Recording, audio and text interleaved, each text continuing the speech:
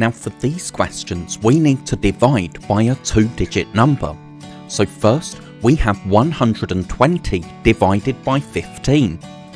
Now what we can do is count up in steps of 15 until we get to 120. So 15 is of course 1 times 15, but if we add another 15, we know that 30 must be 2 times 15, 45 is 3 times, 60 is 4 times, 75 is 5 times, 90 is 6 times, 105 is 7 times, and 120 is 8 times 15, which means that 120 divided by 15 must be 8. Now we have 39 divided by 13, so we can count up in steps of 13 until we get to 39. 13 is 1 times. If we add another 13, we get 26 for 2 times, and adding another 13 gives us 39 for 3 times. So, because we know that 3 times 13 is 39, we know that 39 divided by 13 must be 3. Now, 188 divided by 47. 47 is 1 times. If we add another 47, we get 94 for 2 times. Adding another 47, 141 is 3 times, and if we add another 47, we get 188 for 4 times. So, because 188 is 4 times 47, we know that 188 divided by 47 must be 4.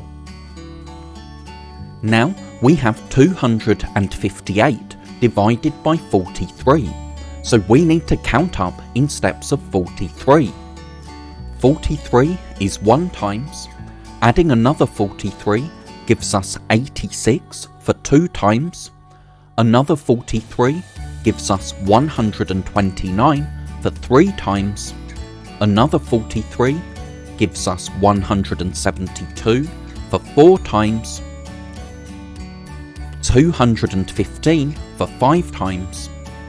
And if we add another 43, we get 258 for 6 times. So, because we know that 6 times 43 is 258, we know that 258 divided by 43 must be 6. Now we could have solved this more quickly. Once we got to 3 times at 129, we could have doubled that to get 6 times. So if we add 3 times and 3 times, so add 129 plus 129, that will give us the answer to 6 times.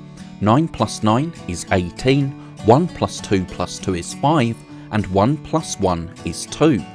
So we could have got our answer more quickly if, when we'd got to 3 times, we'd doubled to find 6 times. Or we could have worked out that 10 times 43 is 430, because when you multiply a number by 10, if it's a whole number, you can just put a 0 on the end. Then we could have worked out 5 times by finding half of 10 times, so dividing 430 by 2. 4 divided by 2 is 2, 3 divided by 2 is 1 remainder 1, and 10 divided by 2 is 5. So then we wouldn't have needed to work out 1, 2, 3 or 4 times, but could have counted on 43 from 5 times. Now we have 153 divided by 17, so we can count up in steps of 17 until we get to 153. 17 is 1 times. If we add another 17, we get 34 for 2 times, 51 for 3 times, 68 for 4 times. Adding another 17 gives us 85 for 5 times. So now, because we're running out of space, if we take that 85, which was 5 times, and add another 17, we get 102 for 6 times, 119 for 7 times, 136 for 8 times, and finally we get 153 for 9 times. So because we know that 9 times 17 is 153, we know that 153 divided by 17 must be 9. Now we could have worked our answer out more quickly if we'd have first worked out that 10 times 17 must be 170. Then we could have worked out 5 times 17 by finding half of 170, because 5 is half of 10. So if we divide 170 by 2, taking the first 2 digits together, 17 divided by 2 is 8 remainder 1, and 10 divided by 2 is 5. So we didn't need to work out 2, 3 or 4 times 17. But there was an even quicker method than this. If we know that 10 times 17 is 170, we can see that the number we're dividing is close to 170.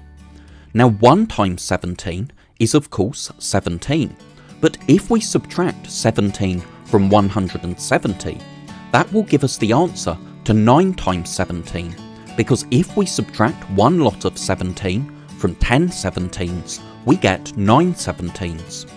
We can't do 0 minus 7, go to the left, 1 less 1 in front, 10 minus 7 is 3, 6 minus 1 is 5, and 1 minus nothing is 1.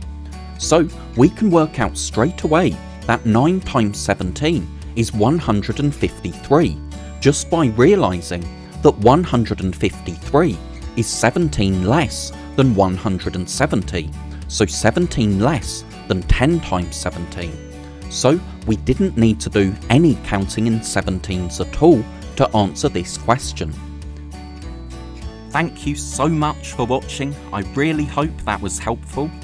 If you're a teacher or a parent, then please subscribe or go to keystage2maths.com to download resources for this lesson and many more. That's all for now. I'll see you in the next video.